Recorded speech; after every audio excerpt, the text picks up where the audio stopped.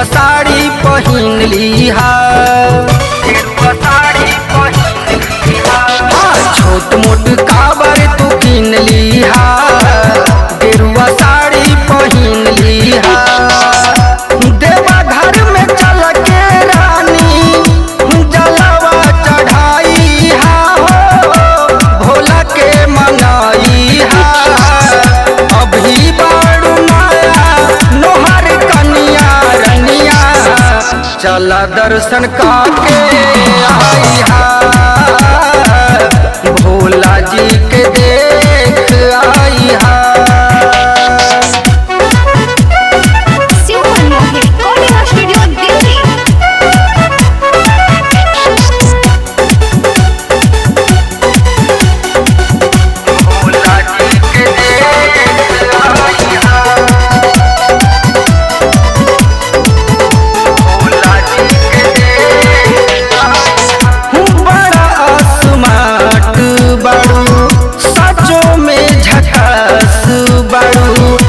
बतिया लमानी रानी पिया जी के साथ बड़ू, पिया जी के साथ बड़ा स्मार्ट बड़ू, साचों में झकास बड़ू।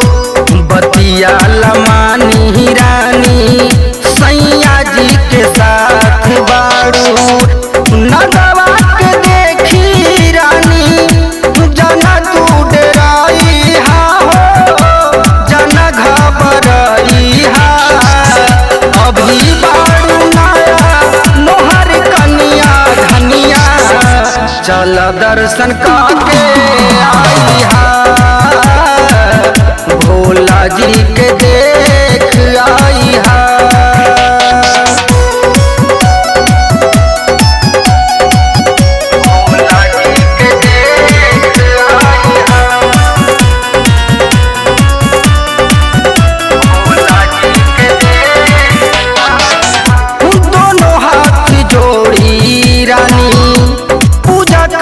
सभे जानी हौए दयालु त सभे कहे औघड़ दानी, सभे कहे औघड़ दानी। दोनों हाथ जोड़ी रानी पूजा करम सभे जानी, हौए दयालु त सभे कहे औघड़ दानी।